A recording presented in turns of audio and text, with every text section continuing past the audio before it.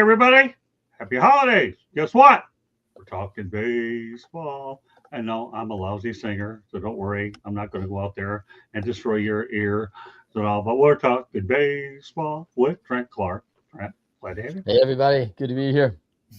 Candy Evelyn. Great to be here. And the newest member of our baseball crew is Tony. Again, Tony comes everywhere, whether I tell him baseball, basketball, it's a ball of some kind. But this day, it's baseball. And Wednesday night, it will be basketball, football, and whatever else I throw out there. And last but not least, Mr. Eric Katz. It's good to be here. Good to be here, Scott. All right, great to have all y'all with us. A lot of things we're going to talk about will be mainly World Baseball Classic updates, with all a few other things as well. And we'll go ahead and get to a couple of World Baseball Classic, and we'll sprinkle in the topics as we go along. We'll start off with Gunnar Henderson, an infielder from Montgomery, Alabama, for the Baltimore Orioles, commits to Team USA World Baseball Classic. What are your thoughts, Trent? Yeah, I mean, Gunner's young player, rookie of the year just a few years ago, so he's an up-and-comer. Love this. And, man, it's good to see the Team USA go with some of the young talent. I do wonder if some of the veteran guys don't want to go and play more, so it gives a real opportunity. But this guy's a player. I mean, he's established himself in the league, so Gunner's going to represent the beautiful state of Alabama very well here on the national and world level at Team USA. So I think it's fabulous that these young up-and-comers are getting that shot. And as we go down this list, there's a number of them. Candy? Let's see. Gunnar, he made his major league debut in 2022 and won the American League Rookie of the Year award and a Silver Slugger award in 2023. He was named an All-Star in 2024. Kudos to him. Love to see talent. He's a shortstop and a third baseman for the Baltimore Orioles, so he's interchangeable, which is nice, so that for the World Baseball Classic they can put him where they need him. Love seeing good, talented players say yes to World Baseball Classic. Tony? I love it. I love that we are, I wouldn't say it's necessarily stacking the deck, but we're adding depth to the World Baseball Classic. This is the ultimate all-star game. We know Bobby Witt will be the starter more than likely at shortstop. But if something was to happen, having Gunnar Henderson as a backup is a great fallback plan. With him being somebody who plays the left side of the infield, I'm sure he may have to play some third base. But having young talent throughout the team is always good. And him being young is a good thing, because the World Baseball Classic is something that's going to come around again in 3 or 4 years. So we know we're building for the future with this as well. Great points. Excellent job, Tony. Eric? I mean, Gunnar Henderson's one of the better shortstops in baseball. Yeah, I think, it's great that Team USA is having the depth that they have this year. I think this is the most stacked Team USA team they've had in like a very long time. So, but for my money though, it's good. It's going to be fun. I mean, it's great to see him out there. I know he's one of the better shortstops in baseball, and I can't think of a year where Team USA has been this stacked. Yeah, they're going to have a lot of young players. I'm going to go to another one right now. And we're going to talk about Garrett Clevenger of the Tampa Bay Rays, who will play for the Team USA in World Baseball Classic. You know what? We'll go in reverse order. Eric, what are your thoughts about Garrett Clevenger? Good reliever. Oh, he's been solid for the Rays for a very long time. And again, it's another player another great player Team USA gets that'll help them down the stretch when it comes time to when the games all count, because the World Baseball Classic is an early season, postseason atmosphere, and it's Team USA needs all the help that it can get, because they're more than likely face off against great teams like the Dominican Republic and Japan. Tony? I like the Clevenger pickup. Is somebody that you're going to need in these situations, high leverage. After you get past the 5th inning, you're going to have to kind of plug and play and match with your bullpen. This is somebody who gets a lot of strikeouts, 82 strikeouts and only 61 innings last year. Sub 2.35 ERA. So he's not going to give up a lot of runs. And you'll need that, because he'll be used in high leverage situations where you need shutout innings. So I love this. I love everything that they're doing with Team USA so far. Great stuff, Tony. And again, I don't know if you have an opportunity by the end of this show here to convince that you're going to come in twice next week, because just to let everybody know that legendary Hall of Fame writer Barry Bloom could probably be on next week. I'm working on getting that finalized. Okay. Okay, cool. Look out. You might be on twice next week. All right. Of course, the text message will probably get it done, and he knows how I handle those. All right, Candy. Yeah, he's a great pitcher. You always need good, fresh arms that they can rely on. Great to see him being added to the list for Team USA. Trent. Yeah, obviously, when you look at a bullpen, you're always looking for those specialty lefties, and Garrett brings that all day long. What he's really improved over the last couple of years is throwing strikes. He's thrown for the Dodgers. He's thrown for some big teams, big games. Now he's over with the Devil Rays, proven that he's really stepped up his game. Super effective arsenal now, and man, I think about how far he's come, and you look at his percentages of strikes, and it's been a game changer for him. And as a reliever, I've never thought relievers have the luxury of nipping around and playing around the edges of the plate. Like, you got to go out there and get ahead all the time. It's your job almost to get out there, and of course it's your job to get outs. But so many guys throw so many pitches in a short time, and he's changed that in his game, and I think it's been recognized, and therefore he gets the nod for Team USA. I think it's a big thing for Garrett. Well, let's continue the young theme. We're going to go to the Cubs. Top prospect Owen Kayase will play for Team Canada. Well, there we go. Team Canada in the 2026 World Baseball Classic. Guess what? We're going back to Eric. Sorry, who was the player? Sure, Owen Kayase. Oh, okay. Oh, and Casey. He's Casey. All right, there you go. It's probably better. All right, go ahead. He's a young outfielder for the Cubs. I know the Cubs are high on him. They want him to. I think they're going to give him the runway to develop at Wrigley Field this year, since Kyle Tucker is more than likely not coming back for that team. So, but the fact that he gets to play for Canada this early in his career is great. I think it's going to be great for his development. It's going to give him an early taste of like what playing baseball when it matters really feels like, and it's going to be great for his career development overall. Tony? I agree with Eric. It's great for development. I know teams and organizations have to, outside of the injury aspect of it, they have to love when their prospects have the opportunity to go play for other countries in these situations and get these good reps in high leverage situations. Because if you go deep in the World Baseball Classic, it gives you a playoff feel. So, those you can get through the season and it won't feel like as much pressure moving up from AAA to the show, so to speak. So I think it's a good thing for them. Shout out to Canada. I don't think that's much competition for US. So, hey, go ahead, do your thing. I like that. Was pretty good. That was really good. I can't keep a straight face, so and I'll let Candy try to do it for me. So the San Diego Padres drafted Casey in the second round with the 45th overall selection of the 2020 Major League Baseball draft. The first player from Canada selected in that year's draft, by the way. He was also the highest selected Canadian outfielder in the MLB draft to date. He signed with San Diego in June 24th of 2020. It was part of the Yu Darvish trade that sent him to the Chicago Cubs. Mm-hmm.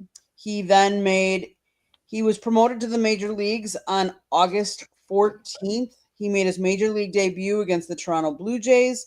He playing right field in a crucial game against the divisional rival Milwaukee Brewers. Casey had 3 ribbies and a 6-4 victory on August 19th, including a solo home run, which was his first. So he's a very young player. He's age 23. Kudos to him. Hey, if he wants to play for Team Canada, by all means. You love to see good talent, because if you want Team USA to win, you want them to beat good talent all around, and that just boosts the World Baseball Classic.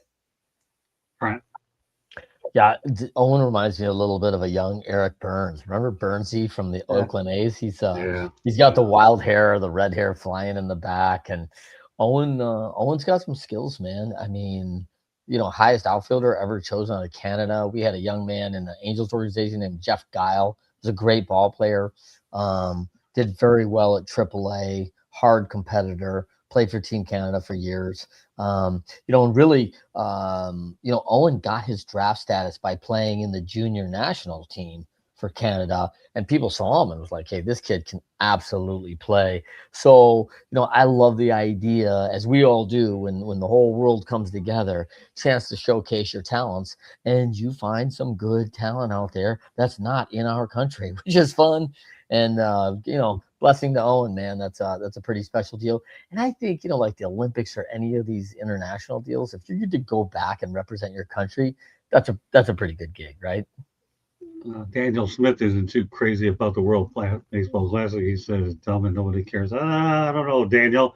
I think more people care than most, but evidently you don't seem to think it is. So I understand. We can appreciate opinions on both ends. We'll go to one more update. Will Smith, catcher, Louisville, out of Louisville originally, LA Dodgers. We've heard about him in the World Series, Trent. We talked about Will Smith. I mean, like, he's the new Will Smith. I said this, I think, on the show a couple of weeks ago. He's the new Will Smith of LA, man. Forget about, the Prince of Bel-Air, man. He's the new Dodger town. He shows out every time for the Dodgers when it comes to crunch time. How many big hits has this guy had in the Dodgers playoffs over the last, 5 years? It's amazing. And yet, he's not a superstar. He's a steady Eddie. Will Smith comes, does his job, is a fabulous player, plays his position better than most, and then all of a sudden the bat comes alive when you just when you need it most, right? So and I think the guy's a humble guy. I don't know the guy, but he feels to me like a humble guy, and I'm impressed with Will Smith, man. He's kind of like a quiet star amongst some real shiners, so it's fun to see him get the limelight. And I think he's a way better replacement for the Prince of Bel-Air, by the way, too. So this is good. Yeah, I like quiet starts that are catchers. Okay, once upon a time, yours truly played the position. I love that. That was definitely the only position I could play on the diamond because I was bad at everything else. But come on, you have to think about it, though.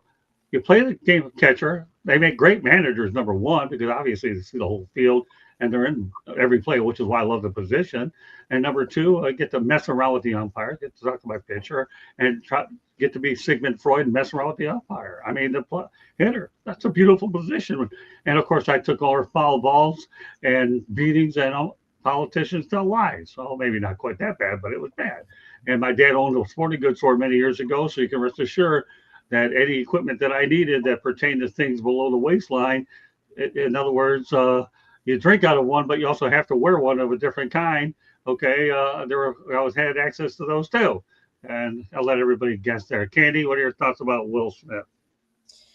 He played college baseball for the Louisville Cardinals. He was selected to the Dodgers in the first round of the 2016 Major League Draft. Made his Major League debut in 2019.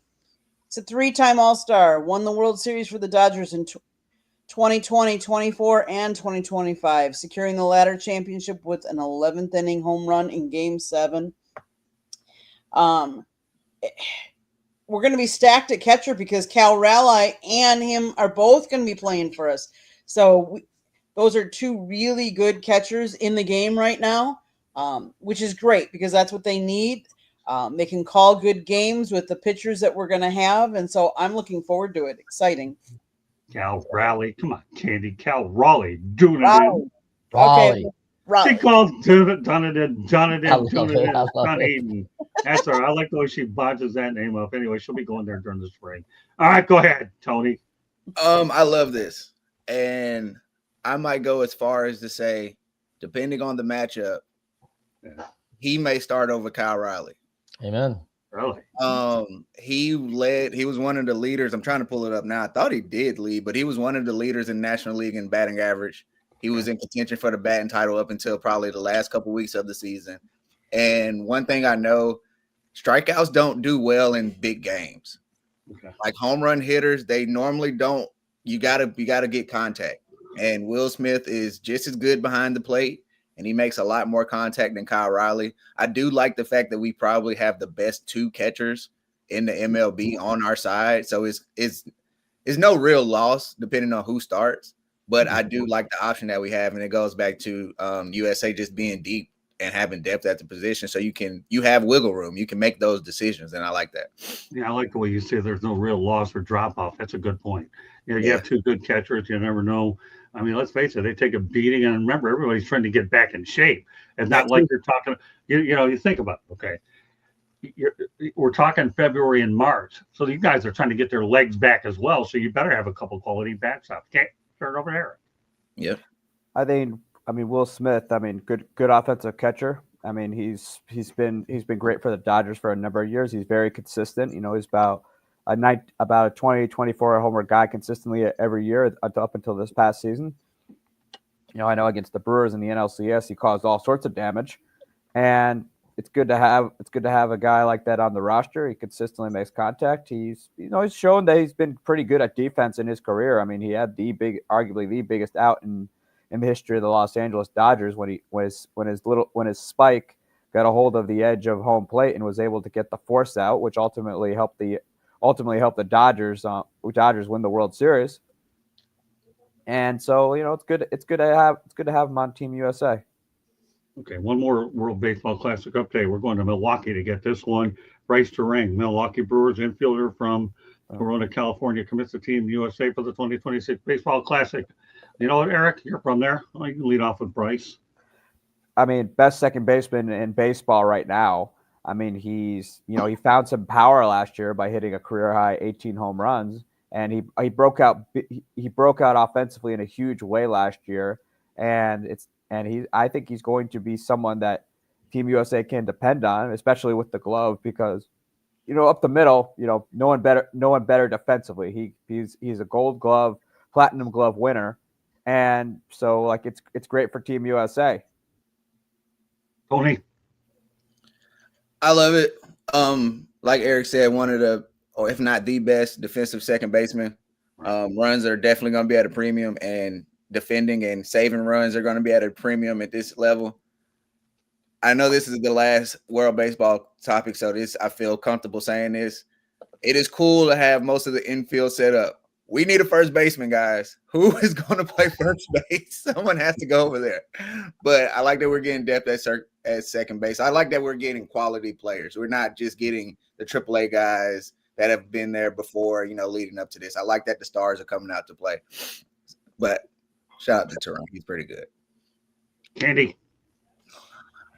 Oh my goodness, Mr. Bryce. He was selected. The Brewers selected him in the first round, the 21st overall selection in the 2018 draft.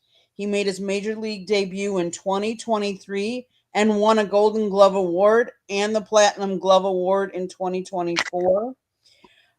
They were a little worried, I think, his offense, but in 2025, his offense improved after he adjusted his batting stance and increased his bat speed.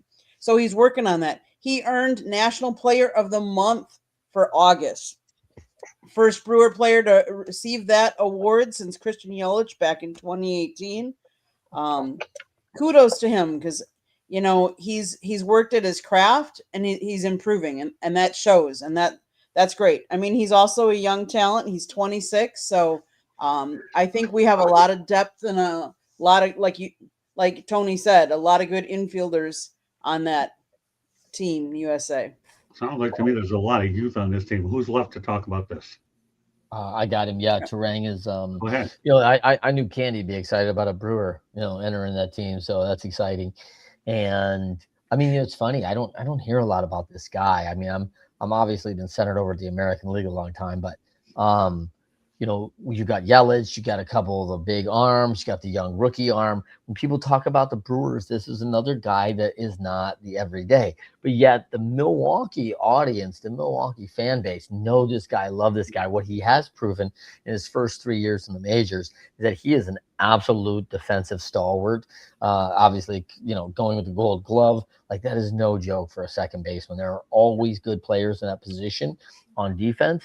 And so, man, that really shores up. You know, you see the USA team, you see Judge's commitment, you see Paul Skeens is going to be in there. I mean, it's rounding out nicely. I agree with Tony that, man, we're really shoring up these skill positions. Who's playing first base?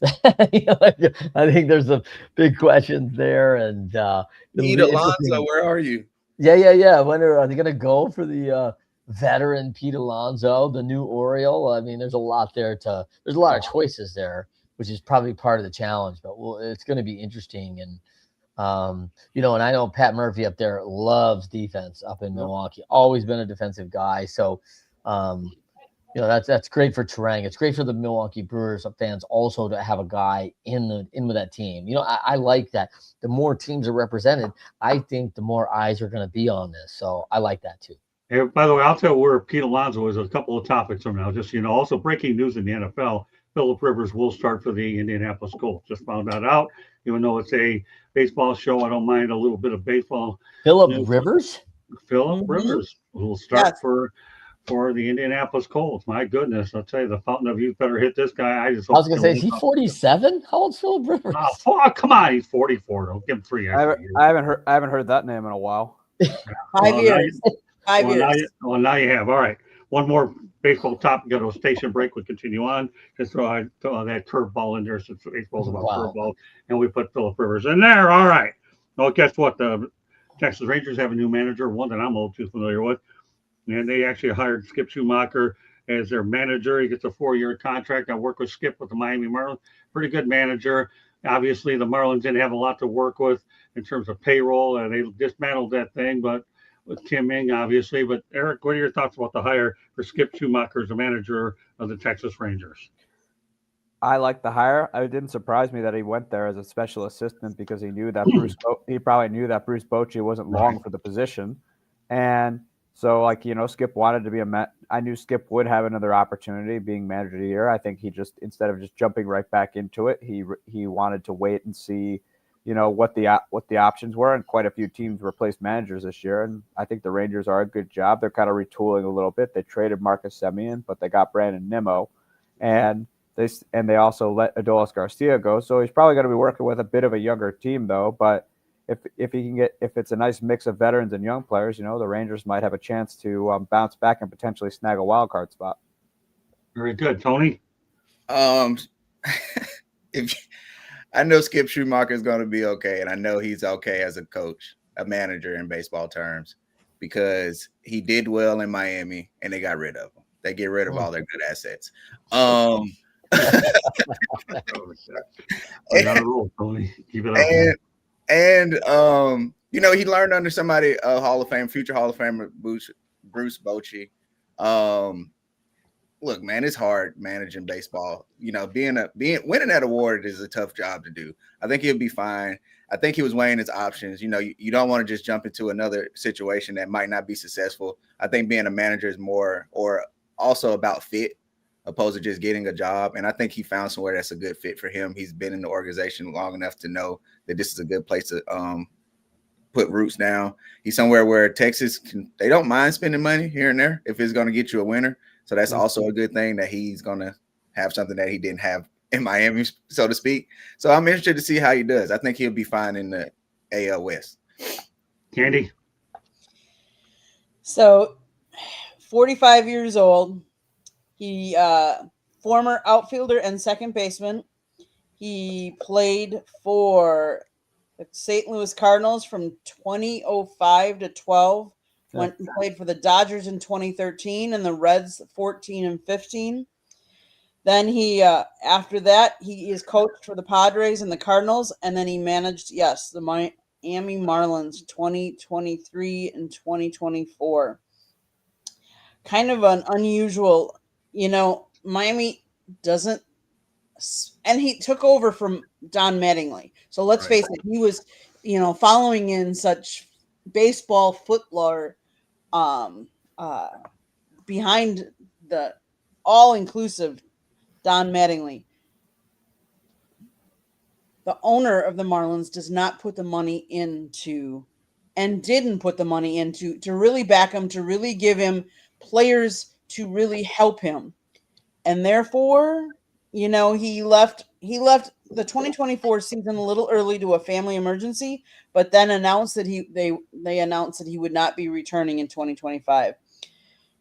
I always knew he was going to get another job because he did well with what he had in the resources that he had, even at Miami.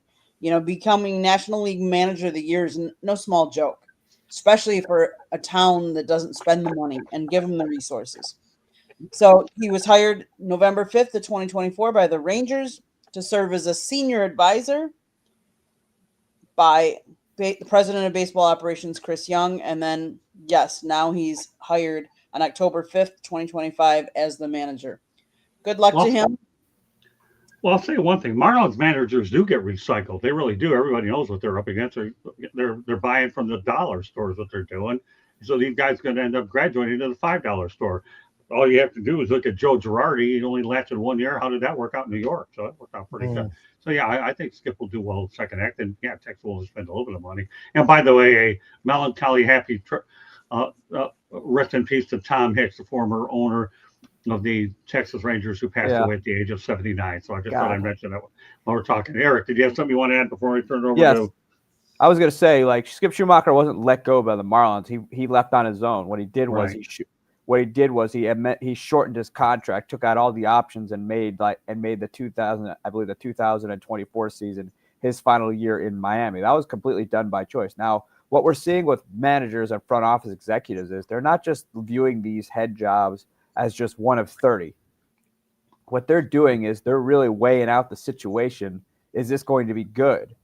They don't want to just jump into the head job because the situation won't always be good. That's become a recent trend. That wasn't always the case. It's why a team like the Boston Red Sox, which any other year, that'd be a dream job for a lot of other people. But, it took them a while to find a GM, which they eventually settled on Craig Breslow because at this point, nobody wants to deal with John Henry because he seems to recycle general managers and managers every 5 years or so. You can argue that his team is more volatile than the White House. But as far as Tom Hicks goes, he'll best be remembered though as the guy who fell for Scott Boras and signed Alex Rodriguez just to eventually trade him to the Yankees.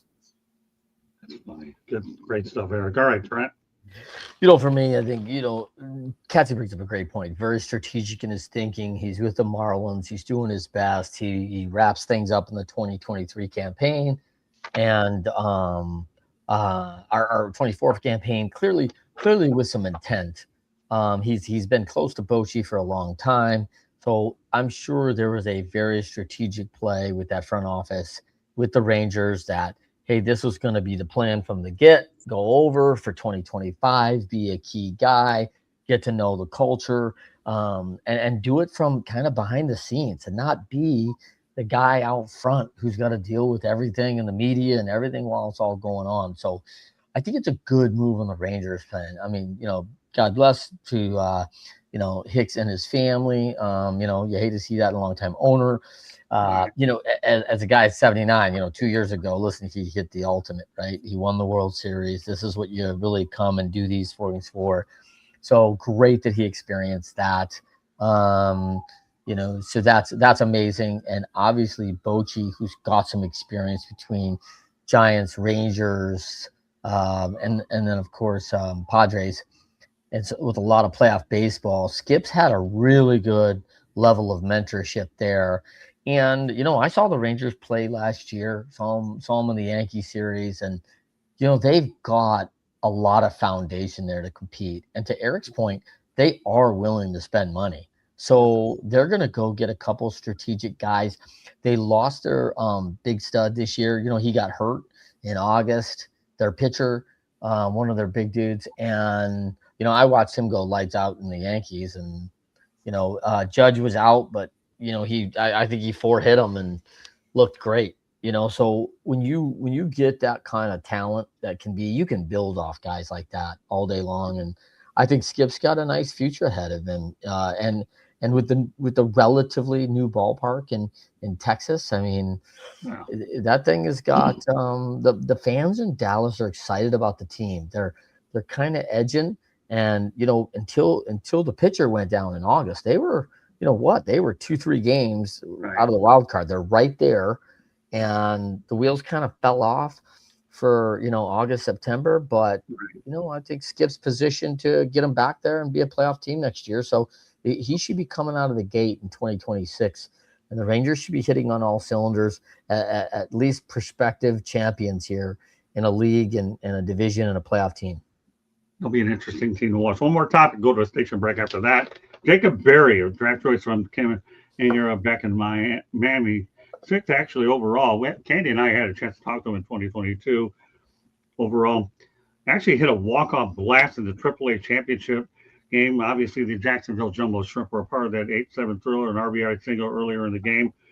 It's also interesting, though, that if he makes the big leagues, this obviously out of spring training, this is a guy that's actually known for his ability for hitting as well as his efficient timing. He's a good player. I really like this Jacob Berry. I hope he's able to get to the Marlins. If he doesn't, he's certainly a guy that watch out for that land somewhere else. We'll lead it off with you, Trent. Obviously, you know about these types of players, Jacob Berry. Yeah. Yeah, I mean, first of all, right organization. They need a guy like Jacob Berry. And it's fun to watch. That's a great sign of things to come for the Florida Marlins, that the Jacksonville Jumbo Shrimp not only won the American Association, but going to the national championship against, the Pacific Coast team, Las Vegas Aviators, which are about to have a major league team. I have no idea what happens to the Aviators at that point, by the way. Sidebar, but man, here's a guy who hits a walk-off in the final game. I mean, that's just awesome. And it's a great confident booster for him. He's got to go into spring training this year, earn a job in Miami and be a guy. They need a guy like that. And he's a hometown kid. So it's fun that when you see the Florida kids come home, and there can be distractions around that, always being around your family and everything else. But I like this guy. I think he's got, obviously he's got major pop. So it's going to be exciting. I'll be interested to see how the Marlins use him, but I think he'll make that club coming out of spring training. Well, I actually hope so. Kim Ng, actually, there were some prospects she hit on, some she didn't, but Jacob Berry, for some reason or another, intrigues me. Candy? He was assigned to Jacksonville for the 2025 season. He ended his 2025 season with a walk-off 2-run home run in the ninth inning to help the Jumbo Shrimp win the AAA National Championship game. He was named the most valuable player of that game as well. So kudos to him.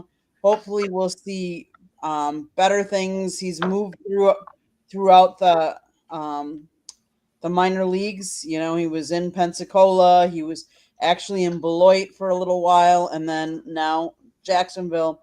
Let's see what he can do for the Marlins, because they selected him 6th overall in the 2022 draft. All right, Tony, take a crack at this one. This is great for the Marlins. No longer are we in the days of draft picks being in the minors 4, 5, 6 years. So I think it's about time to see what happens with him panning out. Him hitting that clutch home run is great, right? Because some players, it takes a while for them to develop what they call the clutch gene, or like that readiness in the moment. So for him to show that he has that already, that's just going to grow, and his confidence is just going to grow for the Marlins. And a team like the Marlins, they need their draft picks to hit. They're not big game hunters in free agency. They're not out here making those crazy trades, bringing in people. So this is great for the Marlins if he can pan out, because this is how the Marlins develop and build as a team. So I think this is great on all sides.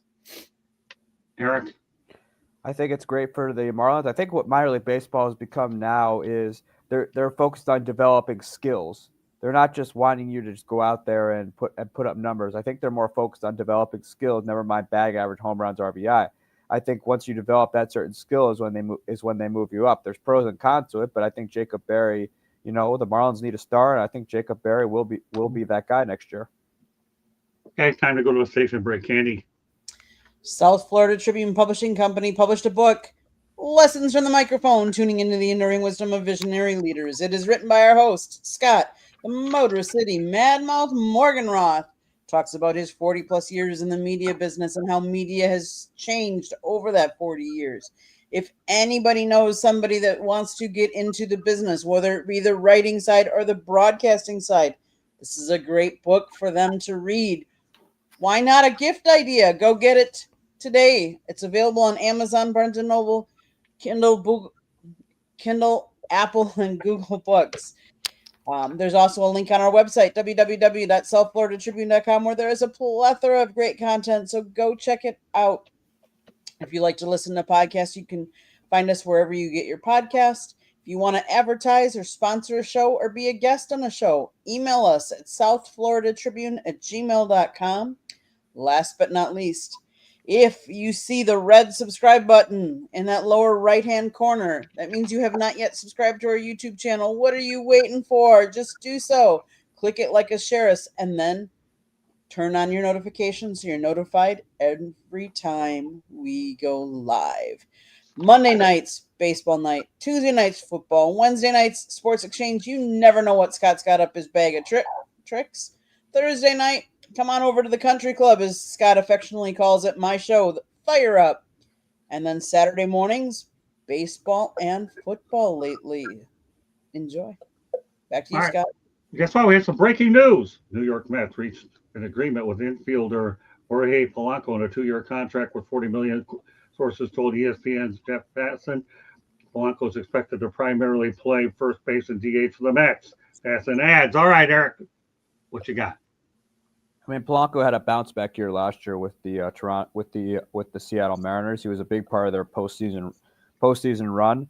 I think I don't think he's not Pete Alonso by any stretch of the imagination, but he should be a good fill in for that team, because that team kind of needs somebody to step up there, because they're reeling right now from the losses of Pete Alonso as well as Edwin Diaz. So, good ad. And we'll see how it works out for them. But but keep in mind though, he's heading into like the latter stages of his career. He's still got some prime years left, but he's not going to be like a total replacement for Alonso, but he's a decent guy to have in the lineup. Tony. Mets fans have to be upset, man. Good. This is such a far drop off from like your home runs, franchise home run leader, somebody who's a all-star every year. He can lace up 140 games plus, and then you come back and get Jorge Polanco. As a Yankees fan who really don't like the Mets, I'm happy to see this. It's okay. You have to have somebody play first base. I mean, it's going to be hard to replace somebody like Pete Alonso, but let's be honest. The Mariners didn't feel like Polanco was good enough, so they went and got Naylor. So that shows you the drop off of the level of first base that they're going to have at the play they're going to have there. It's going to be interesting to see. Maybe it's addition by subtraction. You hear a lot of mess was going on in the clubhouse, so maybe it fits better chemistry wise, and that's what the Mets better hope for, because the production is definitely going to drop off. Yep. Andy. Yeah, he's definitely a very different player than Pete Alonso. He's going to bring different aspects and different things. I hope this works out. Obviously, you have to have somebody that plays first base. You didn't feel that you could afford Pete and keep him, so therefore he left. So it'll be interesting to see how Polanco gels with the rest of the team and how they go moving forward. Right. Yeah, I'm with Tony on this, man. Like, the Mets were spending all the money, firing on all cylinders, creating a winning and championship caliber team. And now I would be upset if I was a Mets fan. And yet the Mets fans all expect this. They expect that this stuff's going to happen to them. It's like they anticipate the worst thing that's possible. And so it's funny to me, but I have enjoyed over the years just listening to Mets fans complain primarily. And good. I think this is just another one. Yeah. Good. Good. Okay, well, let's continue on here. Our featured topic of the day is Cody Bellinger has opted out of his contract with the New York Yankees with 1 year, $25 million remaining. All right, Trent, why don't you just give me a prediction where he's going to land? We're going to try to go with the rest of these topics in rapid fire. We'll start off with Bellinger. I think he's going back to Cali. Like, he's a California kid. I think he's going to go back to Padres, Dodgers, somebody out there. He wants to be on the West Coast. I don't think I don't even remember. I mean, tell me the last guy who opted out of a contract with the Yankees. This is unheard of to me anyway. So, like, the only thing I can think about Bellinger is he wants to go back to the warm weather and home. Candy? Yeah, I mean, I could see him going back to the Dodgers, I guess. Yeah, because I'm surprised you would leave the Yankees. And I'm sure he wants more of a ring and some more rings. So who else would you go? Where else would you go? You know, it's got to be someone that he's originally from Arizona, but I don't see him going to like the Cardinals. So I would say I can see him going back to the Dodgers. What about you, Tony? This is tricky. I get him opting out of the contract because it was only 1 year left. You know, he wanted more years, you know, even if it's the same average per year. So that's not the crazy thing about it. But it's him and Kyle Tucker. They're playing the waiting on you game. So I'm going to spin it. I'm going to give you two places. Kyle Tucker ends up with the Yankees because they have to spend some money to make their fan base happy. So we're going to overpay for, the Yankees going to overpay for Kyle Tucker. And Cody Bellinger is going to end up in New York and stay in New York, but as a Met. Oh, That's interesting. Wow. Okay. Nice job. He can help them in the outfield, and he can play a lot of first base for them, which they need now. Well, I mean, for some reason, what you're saying makes a little bit of sense because Steve Cohen's seen a few more subtractions than he's seen additions. And I'll go there. All right, Eric, nobody steals your thunder. You always have it anyways. Well, I don't see him going back to the Dodgers, and here's why. Given how it ended there, the Dodgers also have a prospect who's number 13 in the MLB Top 100 prospects list in Jesus DePaula. You know, I believe he's supposed to be ready to play this year, and so like the Dodgers, you know, even though they like to spend, though, keep in mind who's running that front office, Andrew Friedman, who loves to spend and likes to have that ability, but he also knows how to be disciplined and not spend, which I think we're starting to see that side of him this year, and he knows when to give prospects their shot. And you know, the Mets, why in the world would you want to go to a place more dysfunctional than the Kardashians? And you know, and I personally, I see him back with the Yankees because he'd be batting behind Aaron Judge and he'll put up numbers. I promise you. And I have a feeling there will be escalators in that contract tied to those numbers. And with Aaron Judge right there, he will reach those escalators. So in the long run, he'll make more money with the Yankees. And I personally see him back with the Yankees because his father played there. And I think he enjoyed being a Yankee last year. Well, I'll throw an intriguing one. I don't even think it's being talked about. Let's just say maybe the San Francisco Giants. Never know. Get a chance to go to the West Coast, and you have a new manager out there with Tony Vitelli. So I'll just throw that out there and see what happens. Go ahead, Tony. And the Giants have been willing to offer these contracts. People haven't necessarily signed them, but remember, they wanted Aaron Judge. They wanted a lot of these. They wanted a lot of these players. So it can happen. So Tony, you know what GMTA stands for, don't you? No, what's that? Great minds think alike. Bingo. Hey, there we go. There you go. That's why you really nailed it. Tony Vitelli. You'll be quizzed on GMTA. You'll have 2 opportunities to get it right next week. Just so you know. I got you. Okay. So don't worry. If you're going to break into this group here, you better know what GMTA is, Tony. That's your homework assignment. Okay. You're a quick study. All right. Everybody else get a crack at this one because if they did, that's good. We'll move on to the fact that Pete Alonso no longer with the New York Mets signs a 5-year deal with the Baltimore Orioles worth $1.55 million. The reality is the Mets didn't want to give them more. They didn't even make an offer. Trent, some thoughts on who's this? Pete Alonso. Yeah, I'm not shocked, I guess, that they didn't make an offer given the whole last off season and trash that kind of came down. I think the writing was on the wall. I gotta tell you, man, one thing I'm super impressed about Pete Alonso is he went and did the work last off season. He became a much better hitter this year. And now you've got a veteran presence that himself is physically pretty strong and pretty prepared. He doesn't seem to be dwindling in skill set. And so he's got a couple more years. I think he's going to add a fresh spark to the Orioles. I think the Orioles with Pete Alonso are a team to watch, actually. And if he continues to learn what he learned last year about prep and study of hitters, he kind of took a page from the great Tony Gwynn, like get prepared to hit. And he changed his approach. He changed his preparation.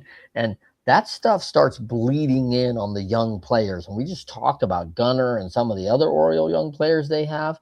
Like, watch out for the Orioles if Pete Alonso has the impact that I think he's going to have there. Well, reality is he's going to Camden Yards, the hitter's ballpark. So I like that too. That's a natural. All right, Candy. Amen. On August 2nd against the San Francisco Giants, Alonso hit a 3-run home run in the first inning for his 250th career home run. He became the second player in franchise history to accomplish this feat along with Darryl Strawberry. Then on August 12th, he hit his 253rd career home run to break Strawberry's record. He also hit his 254th and so he had a 3 ribby day on that day. So Alonso played in all 162 games for the Mets in 2025. He slashed 272, 347, 524 with 38 home runs and 126 ribbies. He led the National League with a career high 41 doubles. He won his first ever Silver Slugger Award for his efforts. So just like Trent was saying, he's on the rise. Baltimore Orioles they signed him to a 5-year contract with $155 million. Kudos to him for improving and getting the contract that he wanted. And we'll see what the Orioles will do this next year. Okay, Tony. It's interesting to see the Orioles spend money this offseason, and they didn't last year. But it also makes sense. I got schooled earlier this year that the Orioles kind of could afford to lose this season, but not going forward. A lot of their prospects, Adley Rutschman, the Gunnar Hendersons, the Jackson Holidays, you want to start winning now before they start getting up out of there. And this is a good way to continue to win. Pete Alonso is a tale. You don't want to always bet against your best players, right? Because what if they show up and actually show out? Now they're out of your price range and out of your proverbial ballpark money-wise. And that's what happened. As a Yankees fan, it hurts my heart because the Blue Jays and the Orioles are getting better and the Yankees haven't done anything yet. But it's cool for the AL East. I like the competition of the AL East. And the Orioles are going to be a force to reckon with. If, like I say, Jackson Holiday comes along, Adley Rutschman is going to be batting.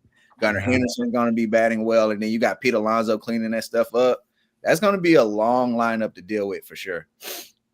Yeah, I'll tell you, they'll appreciate them in Baltimore. That's for sure. They go ahead and appreciate their heroes. All you need to do is think about Brooks Robinson and the rest of them. Go ahead, Eric. Well, Pete Alonso come to the American League East. It makes the division a hell of a lot more tougher than it's been in a while. It was tough last year. Don't get me wrong, but this year I'm expecting it to be something straight out of Gladiator. But the Orioles needed kind of a veteran in that lineup. I think that's what they learned last year. They were trying to go a homegrown, but here's the thing: even as good as their young stars are, this league will figure you out. Mm-hmm. This league has a way of doing it. There's video out there. There's all sorts of other stuff out there where your guys will get figured out, and that's what happened last year to Baltimore.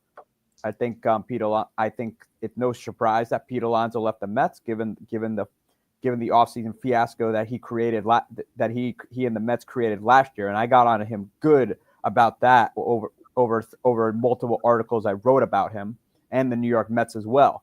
But the picture of him consoling a crying Francisco Lindor probably said it all in hindsight. I think that it's no surprise that he left. Stearns was never high on him, and he brought him back because basically Steve Cohen wanted to bring him back, and that was the only reason why he came back. He has a big year, and then he opts out of his contract, unsurprisingly, and now he earned the $125 million contract he got with Baltimore. Great points. I love the pace of this show. We're going to keep it going. Trent, we only have a few to go, so if you can hang in there a little bit longer, you'll get them all in. I'm going as quick as I can, but everybody is giving me some great answers. I want to get everything in.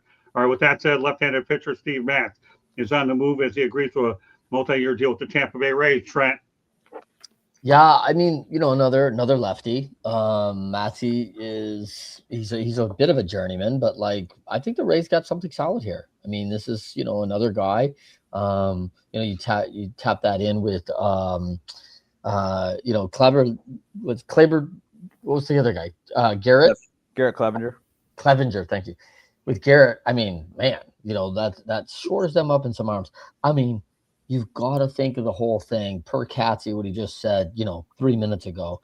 This league is not for the faint at heart, man. This is a tough division, up and down, and man, and the unlikely hero last year of the Toronto Blue Jays coming out of this division and making, just something happen, which is amazing run. I mean, anyone who comes to this division has that capability year in, year out. So you have to be thinking. I think it's the one advantage of being in this division over others is that there are some teams in the other divisions you can kind of skirt past and they will not make the investments. Every team in this division not only makes the investment, but they are prepping for what it takes to win that division. And whatever it takes to win that division is likely enough to win a world championship on most occasions. I know some things in LA are going on that are going to have a lot to say about that, but the rest of them, I don't know about. I don't know if anyone else has got enough to stop that division, whoever comes out. Well, the bottom line is Steven Matz is going to be playing in Tropicana Field, obviously, and he's playing for a good manager over in Kevin Cash. All right, Candy. Kudos to him. Kudos to Tampa Bay for going out and signing him. We'll see what he does. I'm going to keep it real short this time. Tony. Go ahead, Tony. This is a Tampa Bay Rays kind of signing. Low under the radar. There's somebody with right above a 2 ERA, somebody you could put in 6th, 7th, 8th, maybe even save a game or two for you. And this is the kind of guy who signs a deal with the Rays, balls out. And when you want to go make some bigger money, you can go somewhere else. But it's sad that everybody's spending money this offseason except the Yankees. I'm upset about that. Go ahead, Aaron. Yeah, but the bottom line is you made a comment that I really like, Tony. I'm going to point out to you right now. I like what you said, the Tampa Bay Rays type of signing. That's a really good comment because obviously it is. I mean, think about it. They have a certain type of, and they're always competitive every year, but their type of signing. All right, now I'll turn over, Eric. I just want to point that out to you. Go ahead. Good job. Well, the last 2 years in Tampa really haven't been all that. But the Rays don't sign anybody unless they think they have something. They did it. That's the way. That's their modus operandi. Is they go out and find guys who you're not going to guess that are going to be productive. They did this with Zach Eflin about 2 or 3 years ago, and they're trying to find the same thing with Steven Matz, where they're seeing that they can unlock something, and that's what the Rays have done. Is what I mean. It hasn't worked with everybody. I mean, we've seen plenty of players on that team where it goes absolutely haywire to the point where they can't even keep the ball in the ballpark, and you wonder if you question whether that person should be playing Major League Baseball. But the Rays don't make a move unless they think they're getting something out of it. I mean, they don't spend money like drunken sailors like they do like the Mets and the Padres have. Yeah, they quietly find ways to go and spend it wisely. All right, we'll see with the Mets team. Obviously, the Mets signed Devin Williams for a 3-year deal. Trent. Yeah, I mean, this is another crosstown guy, right? Devin comes over from the Yankees. I mean, this is you got some experience in New York. I do find the Mets, they must love the fact that someone's come to New York and had some level of success, and so they decide to try to keep him. I don't know what their story is. I feel like there's a theme there somehow. I'm on the fence on Devin, 4-6. He's got some stuff. Sometimes it's amazing. Sometimes it's not great. So, to me, again, typical Mets signing, right? Don't know really what you're going to get. I think they're hoping for the best. And I love the fact, people want to go, oh, man, when he's good, he's really good. And we want that, Devin Williams. That's awesome. The challenge is you're going to get both. And this is what I feel like the Mets never, qualify in their signings. Don't ask me why I think Carlos Mendoza is a good manager. I think Devin Williams is going to like playing him. Well, I mean, I had a chance to get Carlos Mendoza last year in Port St. Lucie. You won't ask for a better guy and a nicer guy to play for. Carlos Mendoza with Devin Williams. Well, Candy. Devin Williams, Milwaukee Brewers selected him 54th pick in the 2013 draft. At the time, he had committed to playing college baseball for the Missouri Tigers, but Williams signed with the Brewers on June 16th. At that time, for a $1.35 million signing bonus. After signing him, he was assigned to the rookie level Arizona League, where he began his professional career. He played for the Brewers for multiple years. On December 13th, 2024, the Brewers traded him to the Yankees in exchange for Nestor Cortes, Caleb Durbin, and cash considerations back then. with the expectation that he would be the team's closer. He made his debut with the Yankees on March 4th, 2025, when he closed out a 12-3 win over the Philadelphia Phillies during spring training. But on April 27th, manager Aaron Boone announced that Williams was demoted from the closer role.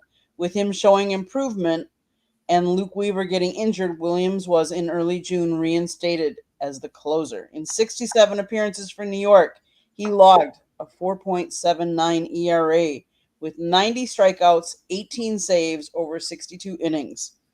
Matz on December 3rd signed a 3-year, $51 million contract with the Mets for Williams. He's a good closer when he's on, but when he's off, he's off. And so this will be interesting for the Mets, whether they'll be able to use him for those all 3 years. I don't know that he's got a good 3 years as a closer in him. Well, I know he's got another year in the Big Apple just across town, Tony. All right. Now, as a Yankees fan, as stated, very frustrated by Devin Williams for multiple reasons. For one, he is the sole reason why they changed their facial hair rule, and he did not deserve that much clout. He used his pending free agency as leverage for that rule, and then he goes out and, as you stated, Candy, has a over 4 ERA as a closer. That is atrocious.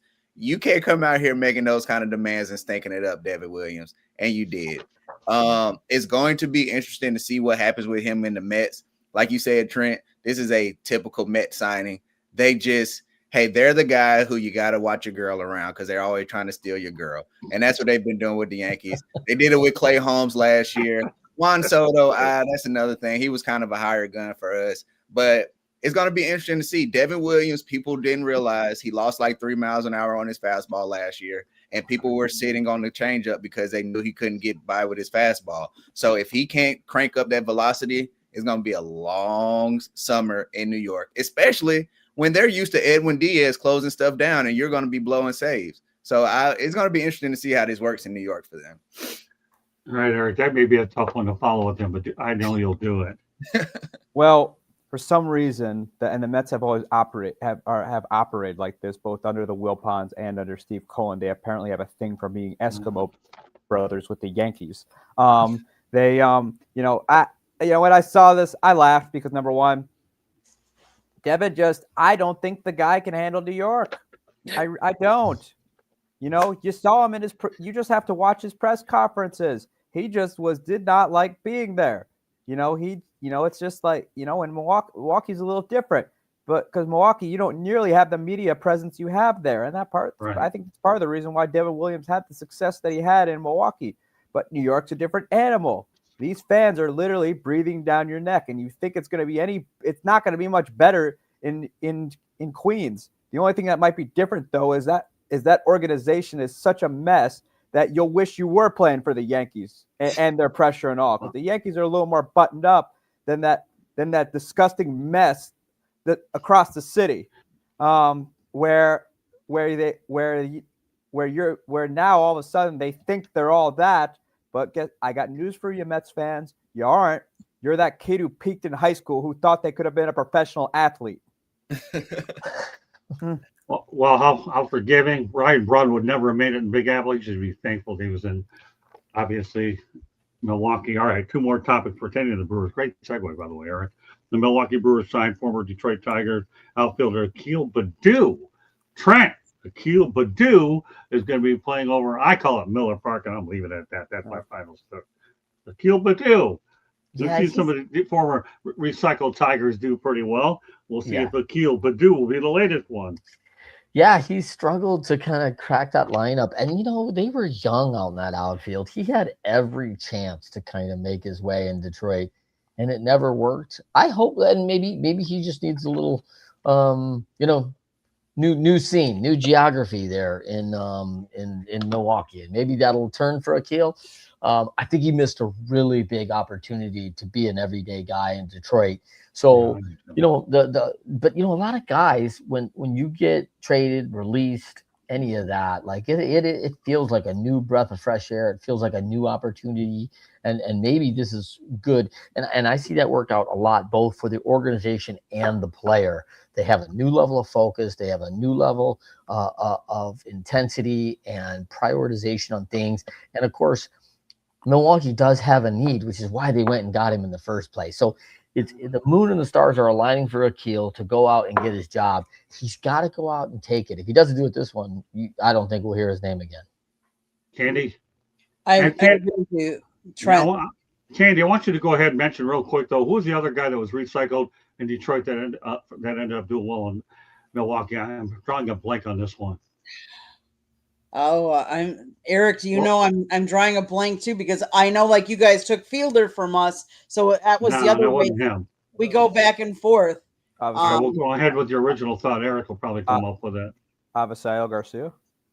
No, not him. Okay, keep going, Candy. Right? Say what you're going to say. Maybe I'll come up with it before it's all said and done. Of course, probably the one guy I'll end up getting is Tony, because he's a new kid on the block. I really know this guy. But go ahead, Candy. So, Badu did have surgery last year on February 20th, 2025. So it was to repair a fracture in his right hand, which took 4 to 8 weeks of recovery. Yep. So let's face it, recovering from a hand injury when you're a batter and you've got to bat and do that takes time. And yes, they say recovery was only 4 to 8 weeks, but getting back to normal, even after that, it's kind of mental too. Like your hand is like used so much that it takes a while for you to then say, okay, wait, I'm back to normal. I'm okay. I'm not going to fracture my hand. It's fine. So I'm hoping that for the Brewers that he gets that mental side put aside. It's a change of scenery. Sometimes that's what you need. Fresh start, like you said, Trent. If he doesn't do well in Milwaukee, though, that'll be the end of his career, unfortunately. But Milwaukee does need, Christian Yelich. We have Christian Yelich, but he's had a bad back. He struggles with the back every single year, even after having surgery and stuff like that. So yeah, we need it. We need some outfield help. Hopefully he'll be able to help us where we need the help. Yeah, I didn't know about the surgery on the hand. I assume that's probably a hamate, bone, something like that, where you break your hand. And man, that's to Candy's point, it's a terrible time to happen in February, because now you're right into spring training. There's no healing time. You got to just get back on it and play through the pain. I'm sure last year was a very, very challenging season, just even getting back from that mentally. So probably a long year between the bounce of Detroit and Toledo. Obviously spent a lot of time at Toledo after that. But yeah, I he's going to come back. That's going to be a huge lift too, Candy, as you talk about that. Coming into spring healthy. That'll be a big deal. Okay, go ahead, Tony. All right, real quick. I got a couple players. You said Prince Fielder, no. Gary Sheffield played for both. Curtis Granderson played for both. Mm-hmm. Ben Ogilvy. Ben Ogilvy. Yeah, it was a few years ago, wasn't him? Yeah, so those are just the prominent players that just came up off the top. Yeah, this other guy, just so you know, was a utility player. Okay. But I love the names of this guy. I've already figured out you're another crack researcher out here, pal. Yeah, for sure. We need to have a conversation after this show, just so you know. All right, go ahead. But yeah, just to follow up what Candy was saying, this is the year to figure it out, right? To see what we have and what you are going into the season. Broke a broken hand. One thing about baseball, it's all about reps. So once you're thrown off in your routine at the beginning of the season, trying to get back in against major league, even high AAA pitchers is a hard way to get back into baseball. So it's going to be interesting to see.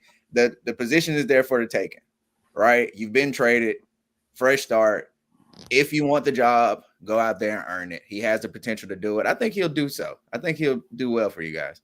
Well, I'll tell you, if this thing bothers me all week, I guarantee you this group will probably be pretty much together next week. I will put it on next week's show, so just be prepared, because this is starting to bother me. Yeah. All right, Curtis Granderson or Daz Cameron? No, not them, not those two either. Jeez. Okay. I'll keep it up, Candy. All right, Eric. Let's talk about Akil Badu. This is really bothering me now. So I'll tell you what. I hope you're on here, Trent. Otherwise, I'll text it to you. But hopefully, you'll be on with Barry. But I don't know. Gosh, it's just driving me out. Go ahead, Derek. I think that they are they're counting on a resurgence, kind of like what they had this past year with Andrew Vaughn when they got him from the Chicago White Sox. I think that I think that's what they're counting on. He showed tremendous promise his rookie year. He just has not been able to put it together the last few years, and Detroit has gave him ample opportunity to crack that lineup because they were that high on him. So, but hopefully it works out for him in Milwaukee. But either way for the Brewers, though, it gives them some nice outfield depth as well. And it's another guy who can play center field because I know they've been banking on Garrett Mitchell being ready to take over center field. However, homie can't stay healthy. That's been his biggest downfall. And they've been stuck with guys like Daz Cameron, Blake Perkins. Blake Perkins, great glove man, just can't hit. So we'll see how it all works out. But if Garrett Mitchell keeps getting hurt though, Baddoo will have ample opportunities to have success in Milwaukee. But if it doesn't work though, he'll be Akil Baddoo, former Major League Baseball player. Final topic of the night. Go ahead. Scott, 2 names: Hernan Perez. That's it. Hernan Perez. There we go. All right, who's the other one though? No. Dave Engel. Who? Dave Engel. Dave Engel. He was a true utility player. No, stop. Hernan Perez. I knew it. Thank God. So now, Trent, you don't have to wait for my message. This girl, I knew I'll tell you, she's a barracuda when it comes to research. Hernan Perez. It comes up with a situation where you're going to come up with people here that you're going to least expect. And Hernan Perez. This guy nobody knew anything about. You go to Milwaukee and pay him pennies on the dollar, and he's doing pretty well. Good job, Candy. All right, that just sent me a few text messages up during the week. All right, good stuff. All right, last topic of the night, and now I can go ahead over to the Bradley, which is a new restaurant in town, and be able to do that without having to eat crow because I didn't know that stupid snap. But what can I tell you? Yeah, but then again, I have our crack researcher here. But don't worry, Tony. We're going to turn you into one, and Eric knows it all by himself. And Trent, well, all he does is stabilize his group because he only has a few rings anyway. Final topic of the night. Anybody ever heard of the hockey news, right? Okay, bottom line is you don't have to worry about memorizing it because Baseball America is the baseball version of it. And in his second season as manager, Pat Murphy guided the Brewers to a third consecutive NL Central title on MLB's vast 97 wins, Milwaukee's first appearance in LCS in 2018. He's Baseball America 2025 MLB Manager of the Year. I'll tell you one thing, I don't know about you, Trent, I've been reading this magazine for years. You get acknowledged by Baseball America. That's a pretty good award. Don't sell that one short. Go on, Trent. Yeah. I mean, as a manager, you obviously got the best writers. The only, these people, this is all they do is cover baseball, so they really know it in and out. And they were covering Pat back in his Notre Dame coaching days, his Arizona State coaching days. I do think it's a nice shout out for the San Francisco Giants to see. I believe Pat Murphy was a coach of the year at the collegiate level nationally. So how many guys have done that, right? Who have got a manager of the year in college and now a manager of the year in the major league. So real hats off to Pat Murphy, who's adapted his style from a very, I thought, authoritarian style down at Notre Dame. The former manager of the Brewers actually played for him at Notre Dame, which is so cool.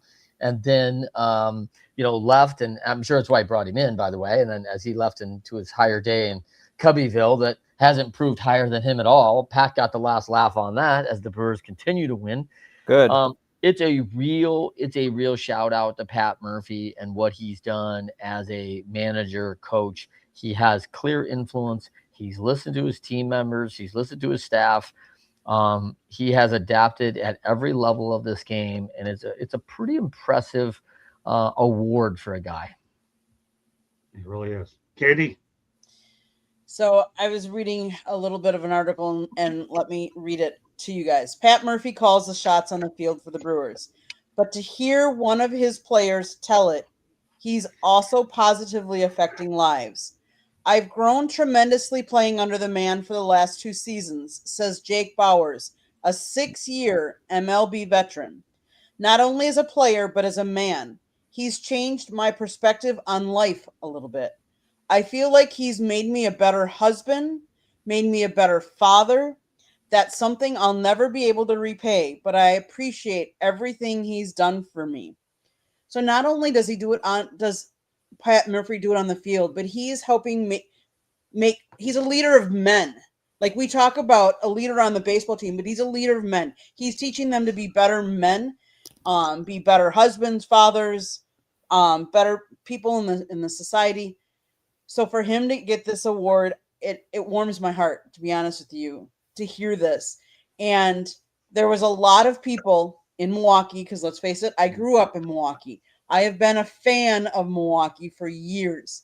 Craig Counsell was loved in Milwaukee. He played in Milwaukee. And then he was the manager. And then for him to rip our hearts out and leave us to go to one of our arch rivals, the Cubs, like that at our heartstrings.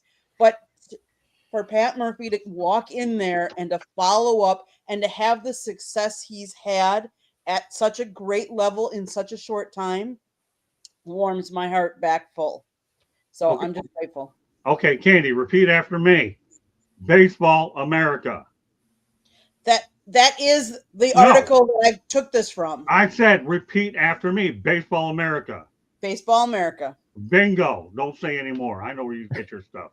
Okay. Bottom line, Baseball America. Okay, it's a repeating thing. You don't have to do it, Tony. Go ahead and talk about the topic though.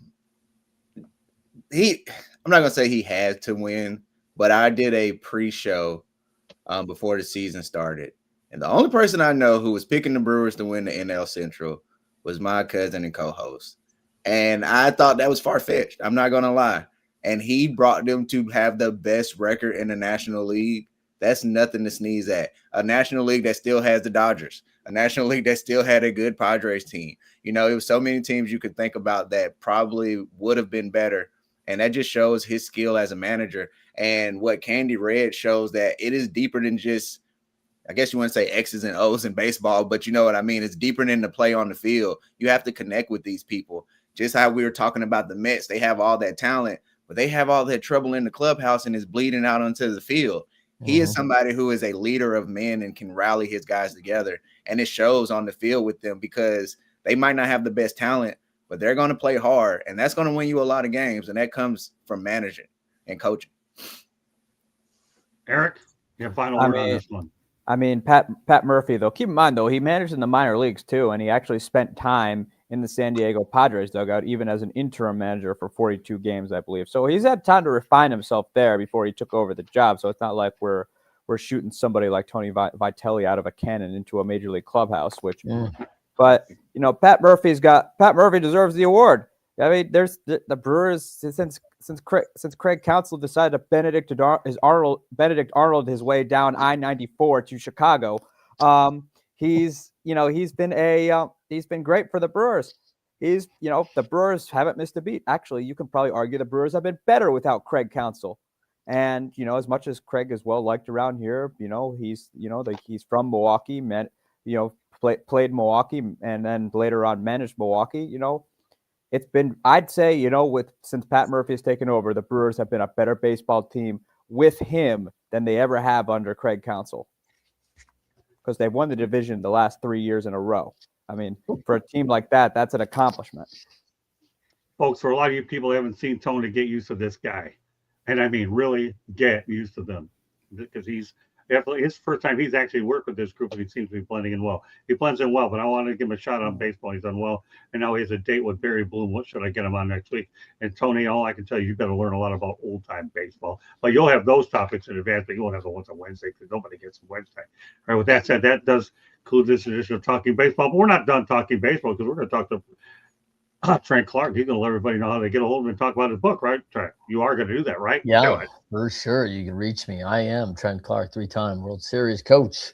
And you can find me at Trent@leadershipity.com. I am a Bloom Growth coach, wrote the book, Leading Winning Teams.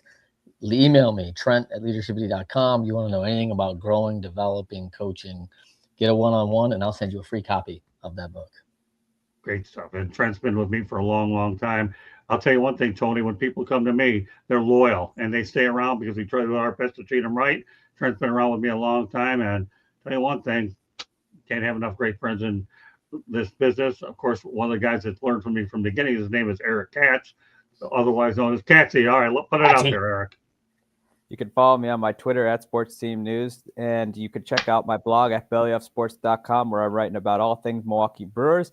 And if you think I don't like your team, I probably don't. All right, Tony, you get to follow that. That's a tough act to follow. I know. Well, good. Then you're a quick study. You're learning fast. Yeah, for sure. It's Talking Game 1 on Instagram and TikTok. That's where I post most of my stuff. I'm also on Twitter, though. It's just Talking Game.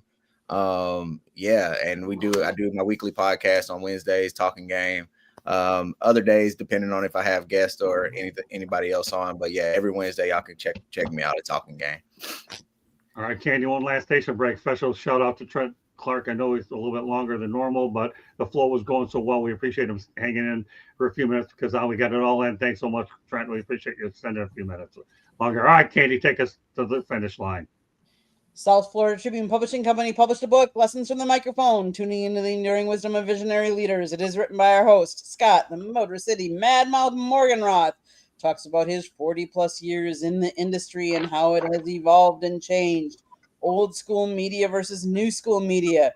If you know anybody that wants to get into the business, this is a great book to read. It is available on Amazon, Barnes & Noble, Kindle, Google, and Apple Books. There's also a link on our website, www.southfloridatribune.com, where there is a plethora of great content, so go check it out. If you like to listen to podcasts, you can find us wherever you get your podcast.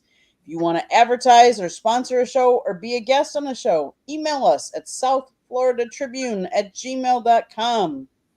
We'd love to have you. If you see the red subscribe button in that lower right-hand corner, click it, like us, share us, and then tell all your friends about it. And turn on your notifications so you're notified anytime we go live. We do shows Monday night, Tuesday night, Wednesday night, Thursday night, and Saturday mornings. Tune in to see what we're talking about. We'd love to have you.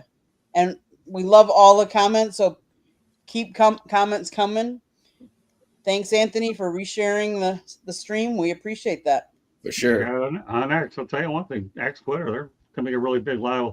We'll sort of get it out there. With that said, I know Trent had to get going, but I'm glad he was able to hang in there with us. God bless Trent, and I'll be talking to him soon. Meanwhile, that does it for this edition of Talking Baseball. I want to thank everybody in the chat room, as well as Trent, of course, Eric. Tony gets his first rodeo, but definitely the first of many on this Saturday show. And Candy, what can I say? She's a jack of all trades. I've never seen a person who does as well as she does. Well, that does it for this edition of Talking Baseball. On behalf of Trent Clark, Candy Ebling, Eric Katz, and Tony Lewis, right? I want to thank everybody for joining us. Peace to this guy. And we look forward to seeing you on Monday when we go to 108 Stitches Baseball Talk. We'll have full programming next week as we get ready for the Christmas holidays. Meanwhile, thanks for everybody for joining us, not only on this one, but also Inside the Fiction earlier. We had a good show there with Candy, myself, Marvin Powell, and Mel Farr. I'll tell you what, I have 8, 9 great people today spending their time on Saturdays, and we look forward to doing it. So baseball and football today on the network. Take care, everybody. God bless. Have a great weekend, and thank you very much for joining us. Amen.